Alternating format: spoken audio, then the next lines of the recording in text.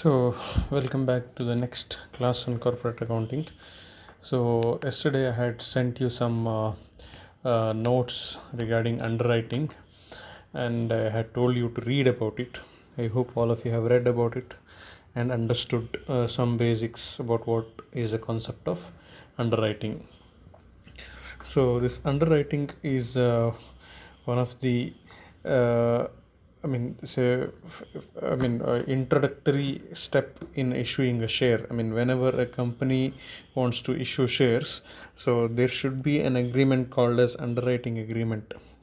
ಅಂದರೆ ಇದಿಲ್ಲ ಅಂತ ಹೇಳಿದರೆ ಒಂದು ಕಂಪ್ನಿಗೆ ಶೇರ್ಸ್ ಇಶ್ಯೂ ಮಾಡೋದು ಆಲ್ಮೋಸ್ಟ್ ಇಂಪಾಸಿಬಲ್. ಯಾಕಂದರೆ ಯಾವ ಕಂಪ್ನಿಗೂ ಅವರು ಶೇರ್ಸ್ ಇಶ್ಯೂ ಮಾಡುವಾಗ ಅವರ ಶೇರ್ಸನ್ನು ಪಬ್ಲಿಕ್ ಪರ್ಚೇಸ್ ಮಾಡುತ್ತೆ ಅನ್ನುವ ಒಂದು ಆ ಬಿಲೀಫ್, ಅಷ್ಟು ದೊಡ್ಡ ರಿಸ್ಕ್ ಆ್ಯಕ್ಚುಲಿ ತಗೊಳ್ಳಿಕ್ಕೆ ಯಾರು ರೆಡಿ ಇರೋದಿಲ್ಲ. ಸೊ ಅಂತಹ ಸಿಚುವೇಷನಲ್ಲಿ ಈ ಅಂಡರ್ ರೈಟಿಂಗ್ ಅಗ್ರಿಮೆಂಟ್ ಅಥವಾ ಅಂಡರ್ ರೈಟರ್ಸ್ ಏನು ಮಾಡ್ತಾರೆ ಅಂದರೆ, ಅವರು ಕಂಪ್ನಿಗೆ ತುಂಬಾ ಒಂಥರ ಪಾಸಿಟಿವ್ ಇದು ಮಾಡುತ್ತೆ. ಅಂದರೆ ಸಿಂಪಲ್ ಲ್ಯಾಂಗ್ವೇಜಲ್ಲಿ ಹೇಳೋದಂದರೆ, ಅಂಡರ್ ರೈಟಿಂಗ್ ಅಂದರೆ ಈ ಅಂಡರ್ ರೈಟಿಂಗ್ ಕಂಪ್ನೀಸ್ ಏನು ಮಾಡುತ್ತೆ ಅಂದರೆ, it can be any financial institution, bank ಇರ್ಬೋದು. ಅವರು ಈ ಶೇರ್ಸ್ ಇಶ್ಯೂ ಮಾಡುವಂಥ ಕಂಪನಿ ಹತ್ರ ಏನು ಹೇಳುತ್ತೆ ಅಂದರೆ, ನಿಮ್ಮ ಟೋಟಲ್ ಇಶ್ಯೂ ಇದು ಇಷ್ಟು ಪರ್ಸೆಂಟೇಜ್ ಅಥವಾ ಎಂಟೈರ್ ನೀವು ಎಷ್ಟು ಶೇರ್ಸ್ ಇಶ್ಯೂ ಮಾಡಲಿಕ್ಕೆ ಉದ್ದೇಶಿಸ್ತಿರೋ ಅವೆಲ್ಲವನ್ನು ಕೂಡ ಸಪೋಸ್ ಪಬ್ಲಿಕ್ ಪರ್ಚೇಸ್ ಮಾಡಿದರೆ ನಾವು ಪರ್ಚೇಸ್ ಮಾಡ್ತೀವಿ ಅಂತ ಹೇಳುತ್ತೆ. So this is in simple ಲ್ಯಾಂಗ್ವೇಜಲ್ಲಿ ಅಂಡರ್ ರೈಟಿಂಗ್ ಅಂದರೆ ಇದು. ಸೊ ಇವಾಗ ಏನಾಗುತ್ತೆ ಅಂದರೆ, ಈ ಇಶ್ಯೂ ಮಾಡುವಂಥ ಕಂಪ್ನಿಗೆ ಒಂಥರ ಕಾನ್ಫಿಡೆನ್ಸ್ ಬರುತ್ತೆ. ಅಂದರೆ ಈಗ ಯಾರು ಪರ್ಚೇಸ್ ಮಾಡಲಿದ್ರು ಇವರು ಮಾಡ್ತಾರೆ, ಒಂದು ಫಿಕ್ಸ್ ಇಷ್ಟು ರೇಟಿಗೆ ಇವರು ಪರ್ಚೇಸ್ ಮಾಡ್ತಾರೆ ಮತ್ತು ಅವರು ಅದನ್ನು ಬೇರೆ ಪಬ್ಲಿಕ್ಕಿಗೆ ಸೇಲ್ ಮಾಡ್ತಾರೆ ಮತ್ತೆ. ಸೊ ಇಂಥ ಅಗ್ರಿಮೆಂಟ್ ಮಾಡಿದ್ರೆ ಇನ್ನೊಂದು ಬೆನಿಫಿಟ್ ಏನಂದರೆ, ಸಪೋಸ್ ಆ ಒಂದು ಅಂಡರ್ ರೈಟರ್ ಅನ್ನುವಂಥದ್ದು ಒಂದು ಫೇಮಸ್ ಬ್ಯಾಂಕ್ ಆಗಿರ್ಬೋದು ಅಥವಾ ಫಿನಾನ್ಷಿಯಲ್ ಇನ್ಸ್ಟಿಟ್ಯೂಷನ್ ಆಗಿರ್ಬೋದು. ಸೊ ಅಂತಹ ಬ್ಯಾಂಕ್ ಈ ಕಂಪನಿ ಜೊತೆ ಅಂಡರ್ ರೈಟಿಂಗ್ ಅಗ್ರಿಮೆಂಟ್ ಮಾಡಿದ ಅಂದ ಕೂಡಲೇ ಈವನ್ ಪಬ್ಲಿಕ್ ಕೂಡ ಇವರ ಶೇರ್ಸನ್ನು ಪರ್ಚೇಸ್ ಮಾಡಲಿಕ್ಕೆ ಧೈರ್ಯ ತೋರಿಸ್ತಾರೆ. ಸೊ ಈ ಅಂಡರ್ ರೈಟಿಂಗ್ ಅಗ್ರಿಮೆಂಟ್ ಮಾಡೋದರ ಮೂಲಕ ಅವರ ಶೇರ್ಸ್ ಬಹಳ ಸುಲಭವಾಗಿ ಸೇಲ್ ಆಗುತ್ತೆ in the market. So this is the main introduction about underwriting. ಇವಾಗ ನಿಮ್ಗೆ ಅರ್ಥ ಆಗಿದೆ ಅಂದ್ಕೊಳ್ತೀನಿ. ಸೊ ಇದರಲ್ಲಿ ನೀವು ಓದಿರ್ಬೋದು ಅಂದ್ಕೊಳ್ತೀನಿ. ಮೀನಿಂಗ್ ಇದೆ, meaning of under writing of shares and debentures. Underwriting of shares and debentures is an agreement entered into by a company, ಅಂದರೆ ಇಶ್ಯೂ ಮಾಡುವಂಥ company, with one or more persons or institutions.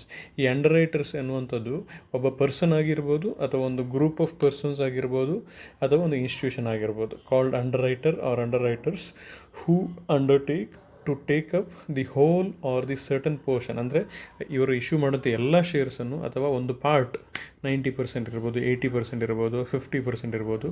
So whole or a certain portion of such of the offered share or debentures as are not subscribed for by the public in consideration of a certain remuneration called underwriting commission. ಅಂದರೆ ಆ ಶೇರ್ಸನ್ನು suppose public purchase ಮಾಡದಿದ್ದರೆ ಇವರು purchase ಮಾಡ್ತಾರೆ, ಆದರೆ ಅವರಿಗೆ ಸಪ್ರೇಟಾಗಿ ನಾವೊಂದು ಅವರಿಗೆ ರೆಮ್ಯುನರೇಷನ್, ಅಂದರೆ ಅವರು ಈ ಮಾಡಿದ ಸರ್ವಿಸ್ಗೋಸ್ಕರ we have to pay them separately. It is called as underwriting commission. ಅದನ್ನು ಕ್ಯಾಲ್ಕುಲೇಟ್ ಮಾಡುವಂಥ ಪ್ರಾಬ್ಲಮ್ಸ್ ಕೂಡ ಇರುತ್ತೆ. Okay, so underwriting commission ಅನ್ನುವಂಥದ್ದನ್ನು ಅವರಿಗೆ ನಾವು ಕೊಡಬೇಕಾಗುತ್ತದೆ. So that is a basic about underwriting. ಇನ್ನು meaning of underwriters. Underwriters ಅಂದರೆ ಯಾರು? Are those who underwrite the shares or debentures issued by the companies. ಅವರನ್ನು ನಾವು underwriters ಅಂತ ಕರಿತೇವೆ. They may be individuals or institutions like partnership firm ಇರ್ಬೋದು, joint stock companies ಇರ್ಬೋದು, banks ಇರ್ಬೋದು, specialised financial institutions set up by government in the public sector such as industrial credit and investment corporation of India, ICICI, IDBI.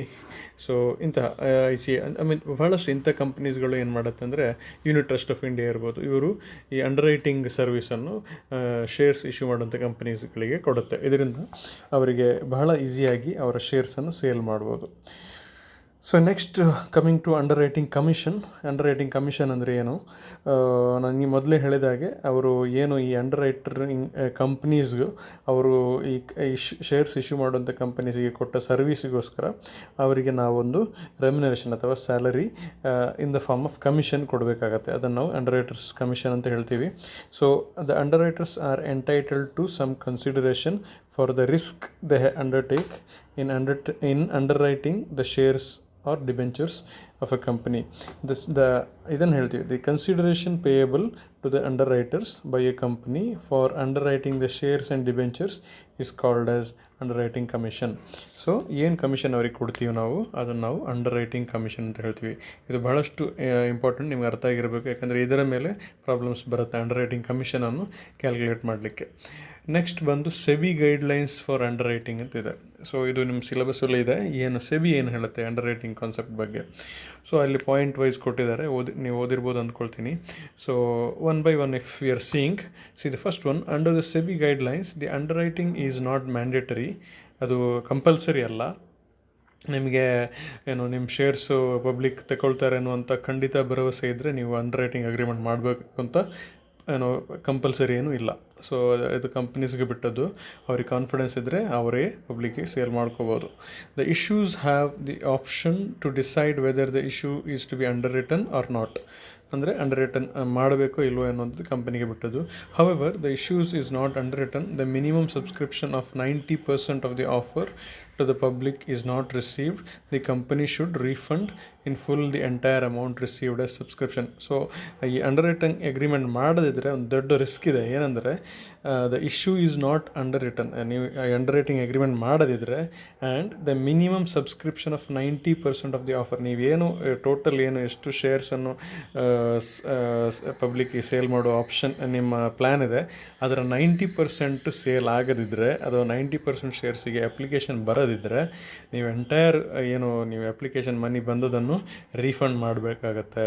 So ಅದಕ್ಕಾಗಿ under writing agreement most of the companies ಮಾಡೇ ಮಾಡ್ತಾರೆ, ಯಾಕಂದರೆ ಅಂಥ risk ಯಾರೂ ತಗೊಳ್ಳಲ್ಲ.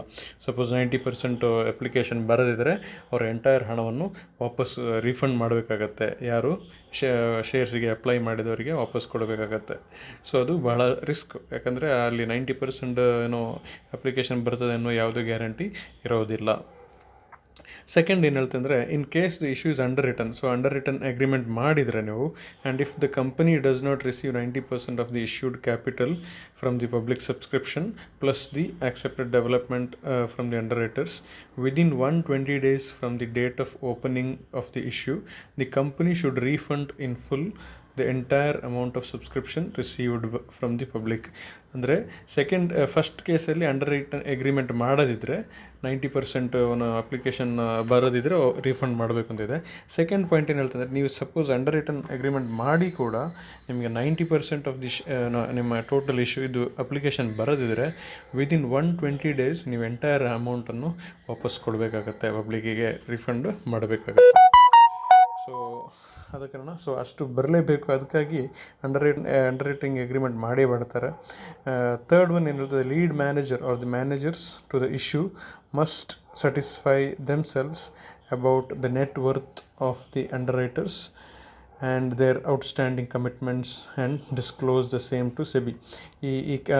Issue ಮಾಡುವಂಥ ಕಂಪನಿಯ lead manager ಅಥವಾ ಅದರ ಮ್ಯಾನೇಜರ್ಸ್, ಇಶ್ಯೂ ಮ್ಯಾನೇಜರ್ಸ್ ಯಾರಿರ್ತಾರೆ, they must satisfy themself about the net worth of the under writing. ಯಾರು ಅಂಡರ್ ರೈಟಿಂಗ್ ಮಾಡ್ತೀವಿ ಅಂತ ಒಪ್ಪಿಕೊಳ್ತಾರೋ ಆ ಕಂಪನಿಯ ಕೆಪಾಸಿಟಿ ಬಗ್ಗೆ ಅವರಿಗೆ ಕಂಪ್ಲೀಟಾಗಿ ನಾಲೆಜ್ ಇರಬೇಕು, ಮತ್ತು ಅದನ್ನು ಅವರು ಸೆಬಿಗೆ ಸಬ್ಮಿಟ್ ಕೂಡ ಮಾಡಬೇಕಾಗತ್ತೆ. ಯಾಕಂದರೆ ಯಾರೋ ಒಬ್ಬರು ನಾನು ಅಥವಾ ನೀವು ನಾಳೆ ಸುಮ್ಮನೆ ಹೋಗಿ ನಾನು ಅಂಡರ್ ರೈಟಿಂಗ್ ಮಾಡ್ತೇವೆ ಅಂತ ಅಗ್ರಿಮೆಂಟ್ ಮಾಡೋಕ್ಕೆ ಬರಲ್ಲ. ಅದಕ್ಕೆ ಸೆಬಿ ಗೈಡ್ಲೈನ್ಸ್ ಇದೆ, ಯಾರು ಅಂಡರ್ ರೈಟಿಂಗ್ ಕಂಪನೀಸ್ಗೆ ಏನೇನು ಕೆಪಾಸಿಟಿ ಬೇಕು ಅಂತೇಳಿ ಅಲ್ಲಿ ರೂಲ್ಸ್ ಇದೆ ಸೆಬಿಯ ಪ್ರಕಾರ. ಸೊ ಅದಕ್ಕೋಸ್ಕರ ಯಾವ ಕಂಪನಿ ಅಂಡರ್ ರೈಟಿಂಗ್ ಮಾಡ್ತಾಯಿದೆ ಅಂತೇಳಿ ಈ ಕಂಪ್ನಿಯವರು ಸೆಬಿಗೆ ಸಬ್ಮಿಟ್ ಮಾಡಬೇಕಾಗತ್ತೆ. And the fourth one, the underwriting agreements may be filed with the stock exchanges. So underwriting agreement stock exchange ಕೂಡ ನಾವು ಮಾಡ್ಕೋಬಹುದು. That is the fourth point. Next fifth one, ಅದು ಅದರ commission ಬಗ್ಗೆ ಏನಂದರೆ, the maximum rate of underwriting commission followed by the Companies Act is 5% of the issue price in the case of shares and 2.5% of the issue of price in the case of debentures. ಇದು usually ಎಷ್ಟು ಕೊಡ್ಬೋದು ಅಂತೇಳಿ rules ಇದೆ. ಆದರೆ usually ಏನು ಇವಾಗ ಮಾಡ್ತಾ ಇದ್ದಾರೆ ಅನ್ನೋದಂತೂ ಈ ಪಾಯಿಂಟ್ಸಲ್ಲಿ ನಿಮ್ಗೆ ನೋಡ್ಬೋದು. ಕೆಳಗಡೆ ನೋಡಿದರೆ ನೀವು for amounts up to 5 lakhs rupees, 5 lakhs ವರೆಗೆ ಕೊಡುವಂಥ ಅಂಡರ್ ರೈಟಿಂಗ್ಗೆ 2.5% on the amount devolving on the underwriters and 1.5% on the amount subscribed by the public. So up to 5 lakhsವರೆಗೆ ಯಾರು ಅಂಡರ್ ರೈಟಿಂಗ್ ನಿಮ್ಮ ಇಶ್ಯೂ ಮಾಡುವಂಥ ಕಂಪನಿ ಜೊತೆ ಮಾಡ್ತಾರೆ, ಅವರಿಗೆ 2.5% of the amounts received by underwriters. ಅವ್ರು ಎಷ್ಟು ಅಮೌಂಟ್ ಕೊಡ್ತಾರೆ, ಈಗ ಅವರು 5 lakhs ಕೊಟ್ಟಿದ್ದರೆ ಅದರ ಮೇಲೆ 2.5% ನೀವು ಅವರಿಗೆ ಕೊಡಬೇಕಾಗತ್ತೆ. ಮತ್ತು ಉಳಿದು ಆ 5 lakhs ಅಲ್ಲದೆ ಪಬ್ಲಿಕ್ ಎಷ್ಟು ನಮ್ಮಿಂದ ಪರ್ಚೇಸ್ ಮಾಡುತ್ತೆ ಅದರ ಮೇಲೂ ಕೂಡ 1.5% ಕೊಡಬೇಕಾಗತ್ತೆ. And second point is about if they give more than 5 lakhs for amounts in excess of 5 lakhs, ಆವಾಗ 2% on amounts received from underwriters and 1% on the amount received from the public, ಇವಿಷ್ಟು commission ಮುಖಾಂತರ ಕೊಡಬೇಕಾಗತ್ತೆ. ಆದರೆ ನಮ್ಗೆ ಬರೋ ಪ್ರಾಬ್ಲಮ್ಸಲ್ಲಿ ಅವರು usually mention ಮಾಡಿರ್ತಾರೆ ಎಷ್ಟು ಪರ್ಸೆಂಟೇಜ್ ಅಂತ, ನಾವು ಅದನ್ನು ಕ್ಯಾಲ್ಕುಲೇಟ್ ಮಾಡಿ ಕೊಡಬೇಕಾಗತ್ತೆ. ಪರ್ಸೆಂಟೇಜ್ ಯೂಶ್ವಲಿ ಮೆನ್ಷನ್ ಮಾಡಿರ್ತಾರೆ. So coming to the types of underwriting, ಇವಾಗ ಅಂಡರ್ ರೈಟಿಂಗ್ ಅನ್ನುವಂಥ ಕಾನ್ಸೆಪ್ಟ್ ಅರ್ಥ ಆಯಿತು ನಮಗೆ, ಅಂಡರ್ ರೈಟಿಂಗ್ ಕಮಿಷನ್ ಅನ್ನುವಂಥದ್ದು ಅರ್ಥ ಆಯಿತು. Coming to the types of underwriting, ಇಲ್ಲಿ 2 ಬೇಸಿಸ್ ಮೇಲೆ ನಾವು ಟೈಪ್ಸನ್ನು ಡಿವೈಡ್ ಮಾಡ್ಬೋದು. ಒಂದು on the basis of number of shares or debentures, okay, ಎಷ್ಟು ಶೇರ್ಸನ್ನು ಅಥವಾ ಡಿಬೆಂಚರ್ಸನ್ನು ಅಂಡರ್ ರೈಟಿಂಗ್ ಮಾಡ್ತಾರೆ ಅನ್ನುವಂಥ ಅದರ ಮೇಲೆ. Second on the basis of the liability of the under writers in respect of the shares in debentures, ಅಂದರೆ ಎಷ್ಟು ಪರ್ಸೆಂಟೇಜ್ ಆಫ್ ಶೇರ್ಸಿಗೆ ಅವರು ಲಯಬಲ್, ಅಥವಾ ಎಂಟೈರ್ ಎಲ್ಲ 100%ಗೆ ಅವರೇ ಲಯಬಲ್ಲ ಅಥವಾ ಅರ್ಧಕ್ಕೆ ಮಾತ್ರ ಅವರು ಲಯಬಲ್ಲ, ಅದರ ಬಗ್ಗೆ ಡಿವಿಷನ್ ಮಾಡಿದ್ದಾರೆ. ಸೊ ಫಸ್ಟ್ ಬೇಸಿಸ್ ನೋಡೋದಾದರೆ on the basis of the number of shares, ಅದರ ಪ್ರಕಾರ 2 ಟೈಪ್ಸ್ ಇದೆ. ಒಂದು ಕಂಪ್ಲೀಟ್ ಅಂಡರ್ ರೈಟಿಂಗ್ ಆ್ಯಂಡ್ ಇನ್ನೊಂದು partial under writing. So complete underwriting ಅಂದರೆ ಹೆಸರು ಹೇಳುವಾಗೆ ಎಂಟೈರ್ ಇಶ್ಯೂ, ಈಗ ನಾವು ಒಂದು 100%, ಈಗ ಒಂದು 1000 ಶೇರ್ಸನ್ನು ಇಶ್ಯೂ ಮಾಡುವಂಥ ಪ್ಲ್ಯಾನ್ ಒಂದು ಕಂಪ್ನಿಗಿದ್ರೆ ಆ ಎಂಟೈರ್ 1000 ಶೇರ್ಸನ್ನು ಕೂಡ ಈ ಅಂಡರ್ ರೈಟಿಂಗ್ ಕಂಪ್ನಿ ಏನು ಹೇಳುತ್ತೆ ಅಂದರೆ, ಪಬ್ಲಿಕ್ ಪರ್ಚೇಸ್ ಮಾಡಿದರೆ ಎಂಟೈರ್ 1000 ಶೇರ್ಸನ್ನು ಕೂಡ ನಾವು ಪರ್ಚೇಸ್ ಮಾಡ್ತೀವಿ. That is complete underwriting. So you can read it. Complete underwriting is an arrangement under which the whole of the issue of shares or debentures of a company is underwritten by the underwriters. Whole of the issue ಅಂದರೆ entire ಎಷ್ಟು issue ಮಾಡ್ತಾರೆ 100% ಕೂಡ ನಾವು purchase ಮಾಡ್ತೀವಿ. The whole of the issue of the shares or debentures of the company may be underwritten either by a single underwriter or 2 or more underwriters. So ಈ whole of the ಅಂದರೆ entire ಇಶ್ಯೂವನ್ನು purchase ಮಾಡಲಿಕ್ಕೆ usually ಒಬ್ಬರು usually more than 1% will be there, ಅಥವಾ more than 2% will be there, ಅಥವಾ 1, 2 or 3 companies ಒಟ್ಟಿಗೆ ಸೇರಿ ಅವ್ರು ಪರ್ಚೇಸ್ ಮಾಡ್ತಾ ಇರ್ಬೋದು. ಯಾಕಂದರೆ ಅದು ಹ್ಯೂಜ್ ರಿಸ್ಕ್ ಆಗಿರುತ್ತೆ ಅಲ್ವಾ, ಅಷ್ಟು ಸುಲಭದ ಮಾತಲ್ಲ. ಮತ್ತು 1000 ಶೇರ್ಸ್ನ ಬರೀ ಎಕ್ಸಾಂಪಲ್ ಅಷ್ಟೇ ಹೇಳ್ತೀವಿ ನಾವು, ಅದು ಲ್ಯಾಕ್ಸ್ ಟುಗೆದರ್ ಶೇರ್ಸ್ ಇರುತ್ತೆ. ಸೊ ಅಷ್ಟನ್ನು ಪರ್ಚೇಸ್ ಮಾಡುವಂತಹ ರಿಸ್ಕನ್ನು ಒಬ್ಬರೇ ಯಾರೂ ತಗೊಳ್ಳಲ್ಲ. ಸೊ ಅಲ್ಲಿ ABC, so for example company A, company B, company C, ಅಥವಾ bank A, bank B, bank C, ಈ ಥರ 3-4 ಕಂಪನೀಸ್ಗಳ ಜೊತೆಯಾಗಿ ಇವರ ಕಂಪ್ಲೀಟ್ ಶೇರ್ಸನ್ನು ಪರ್ಚೇಸ್ ಮಾಡ್ಬೋದು. So that is called as complete underwriting. So second one is partial underwriting. So ಹೆಸರೇ ಹೇಳುವಾಗೆ that is not the entire issue. ಆ ಎಂಟೈರ್ ಇಶ್ಯೂ ಅಲ್ಲಿ ಇಷ್ಟು ಪರ್ಸೆಂಟೇಜನ್ನು ಮಾತ್ರ ನಾವು ತಗೊಳ್ತೀವಿ ಅಂತ ಅವ್ರು ಹೇಳ್ತಾರೆ. ಈಗ 1000 ಶೇರ್ಸ್ ಇದೆ ಎಕ್ಸಾಂಪಲ್ ನೋಡೋದಾದರೆ ಬರೀ 800 ಶೇರ್ಸನ್ನು ನಾವು ತಗೊಳ್ತೀವಿ, ಉಳಿದ 200 ನೀವು ಪಬ್ಲಿಕ್ಕಿಗೆ ಸೇಲ್ ಮಾಡಬೇಕು. ಸೊ ಅದನ್ನು ನಾವು ಪಾರ್ಷಿಯಲ್ ಅಂಡರ್ ರೈಟಿಂಗ್ ಅಂತ ಹೇಳ್ತೀವಿ. So the partial underwriting is an arrangement under which only a part of the issue of shares or debentures of a company is underwritten by the underwriters. The part of the issue of shares or debentures of a company may be underwritten either by a single underwriter or 2 or more underwriters. Again the same case, ಒಬ್ಬನೇ ಮಾಡ್ಬೋದು ಅಥವಾ 2 ಅಥವಾ 3 company ಒಟ್ಟಿಗೆ ಸೇರಿ ಮಾಡ್ಕೋಬೋದು. ಇವಾಗ second type ಬಂದು on the basis of the liability undertaken by underwriters in respect of the shares or debentures. ಎಷ್ಟು ಲಯಬಿಲಿಟಿ, ಎಷ್ಟು ಜವಾಬ್ದಾರಿಯನ್ನು ಅವರು ಹೊರ್ತಾರೆ. ಈಗ ಸಪೋಸ್ ಇನ್ ಕೇಸ್ ಆಫ್ ಇವೆಲ್ಲ, ಈಗ ಫಸ್ಟ್ ಇದರಲ್ಲಿ ನಾವು ಎಷ್ಟು ನಂಬರ್ ಆಫ್ ಶೇರ್ಸ್ ನೋಡಿದ್ವಿ, ಸೆಕೆಂಡಲ್ಲಿ ಎಷ್ಟು ಶೇರ್ಸಿಗೆ ಅವರು ಜವಾಬ್ದಾರಿ ಅನ್ನೋದ್ರ ಬಗ್ಗೆ. ಸೊ ಅದರಲ್ಲಿ ಒಂದು first type open or pure underwriting, first ಒನ್ನು. Second one firm underwriting. So ಇದು ನೆನ್ಪಿಟ್ಕೊಳ್ಳಿ ಈ ವರ್ಡನ್ನು. Open or pure underwriting ಅಂದರೆ ಅಲ್ಲಿ it is an arrangement under which an underwriter or underwriters agree to take up the shares or debentures of a company only when the whole or a part of the issue shares or debentures of the company underwritten by him or them is not fully subscribed for by the public. ಅಂದರೆ in case of open underwriting, the liability of the underwriter or underwriters is conditional actually. ಅಂದರೆ his or their liability arises only when the whole or a part of issue underwritten by them is not subscribed for by the public. ಅಂದರೆ ಅವ್ರದ್ದು ಏನು ಅವರು ಎಷ್ಟು percentage of shares ನಾವು ತಗೊಳ್ತೀವಿ ಅಂತ ಹೇಳ್ತಾರೋ ಅದರಲ್ಲಿ ಪಬ್ಲಿಕ್ ಎಷ್ಟು ಅದನ್ನೆಲ್ಲೋ ಪಬ್ಲಿಕ್ಗೆ ಪರ್ಚೇಸ್ ಮಾಡಿದರೆ ಅವರು ಹ್ಯಾಪಿನೇ. ಸಪೋಸ್ ಪಬ್ಲಿಕ್ ಪರ್ಚೇಸ್ ಮಾಡಿಲ್ಲ ಅಂದರೆ ಮಾತ್ರ ಇವರು ಪರ್ಚೇಸ್ ಮಾಡ್ತಾರೆ.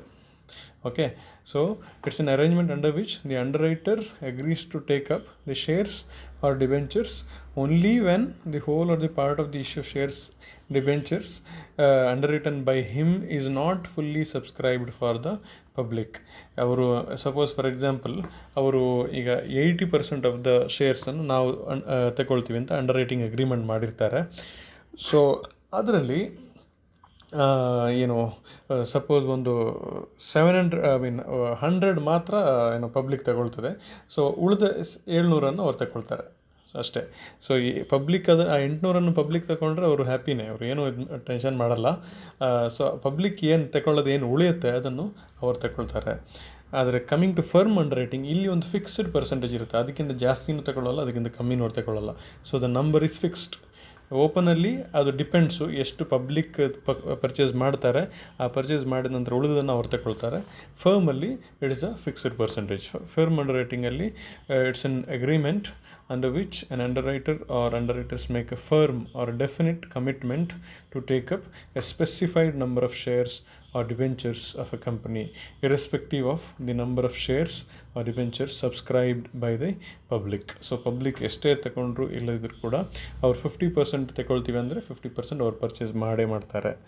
ಓಪನಲ್ಲಿ ಅವ್ರು ಎಷ್ಟು ಪಬ್ಲಿಕ್ ಏನು ಪರ್ಚೇಸ್ ಮಾಡಿ ಉಳಿತದೆ ಅದನ್ನು ಮಾತ್ರ ಅವ್ರು ತಗೊಳ್ತಾರೆ. So that is a second type. Next ಇನ್ನೊಂದು ನಾವು ನೋಡಿರೋದಂದರೆ marked application, marked and unmarked application. So ಇವಾಗ ಈ ಮಾರ್ಕ್ಡ್ ಅಪ್ಲಿಕೇಶನ್ ಅಂದರೆ ಇಲ್ಲಿ ನೋಡಿ ಬೋಲ್ಡಲ್ಲಿ ಬರೆದಿದೆ, ಲೆಟ್ರಲ್ಲಿ ಇದೆ, ಅಲ್ಲಿ ಕೆಳಗಡೆ ಪ್ಯಾರಾಗ್ರಾಫಲ್ಲಿ ನೀವು ಓದಿರ್ಬೋದು ಅಂದ್ಕೊಳ್ತೀನಿ. Applications bearing the official stamp of the single underwriter or of the respective underwriters are called marked application. ಯಾವ ಶೇರ್ ಅಪ್ಲಿಕೇಶನ್ನ ಮೇಲೆ ಅಂಡರ್ ರೈಟಿಂಗ್ ಕಂಪನಿಯ ಅಫಿಷಿಯಲ್ ಸೀಲ್ ಇದೆ ಅದನ್ನು ನಾವು ಮಾರ್ಕ್ಡ್ ಅಪ್ಲಿಕೇಶನ್ ಅಂತ ಹೇಳ್ತೀವಿ. Suppose for example ICICI bank ನಮ್ಮ ಒಂದು ABC ಕಂಪನಿಯ ಅಂಡರ್ ರೈಟಿಂಗ್ ಕಂಪನಿ ಆಗಿದ್ದರೆ ನಮ್ಮ ಯಾವುದೆಲ್ಲ ಅಪ್ಲಿಕೇಶನ್ನ ಮೇಲೆ ICICI ಕಂಪನಿಯ ಸೀಲ್ ಇದೆಯೋ ಅದನ್ನು ನಾವು ಮಾರ್ಕ್ಡ್ ಅಪ್ಲಿಕೇಶನ್ಸ್ ಅಂತ ಕರಿತೀವಿ. ಅಥವಾ ICICI ಮತ್ತು IDB ಒಟ್ಟಿಗೆ ಜೊತೆಗೆ ಸೇರಿ ನಮಗೆ ಅಂಡರ್ ರೈಟಿಂಗ್ ಅಗ್ರಿಮೆಂಟ್ ಮಾಡಿದರೆ ಅವೆರಡರ ಸೀಲು ಇದ್ದರೆ ಅದನ್ನು ನಾವು ಮಾರ್ಕ್ಡ್ ಅಪ್ಲಿಕೇಶನ್ ಅಂತ ಕರಿತೀವಿ. ಸೊ ಯಾವ shares continuation of that and the applications received by company directly from the public. ಡೈರೆಕ್ಟಾಗಿ ಈಗ ನಮ್ಮ ಕಂಪ್ನಿಲಿ ಯಾರೊಬ್ಬರು ಪಬ್ಲಿಕ್ ಅಥವಾ ನಮ್ಮ ಪರಿಚಯದ ಒಬ್ಬರು ವ್ಯಕ್ತಿ ಇಂಡಿವಿಜುವಲ್ ಬಂದು ಅಪ್ಲೈ ಮಾಡಿದರೆ ಅದರಲ್ಲಿ ಯಾವುದೇ ಸೀಲ್ ಇರೋದಿಲ್ಲ. ಸೊ ಅದನ್ನು ನಾವು ಅನ್ಮಾರ್ಕ್ಡ್ ಅಪ್ಲಿಕೇಶನ್ ಅಂತ ಕರಿತೀವಿ. Applications received by company directly from the public which do not bear the official stamp of the underwriter or underwriters are called as unmarked applications. So ivu applications marked ಮತ್ತೆ unmarked application ಬಗ್ಗೆ. So I hope the concept is understood. So in the next class we'll discuss about the format and the problem part of underwriting. I hope this is understood. Thank you so much.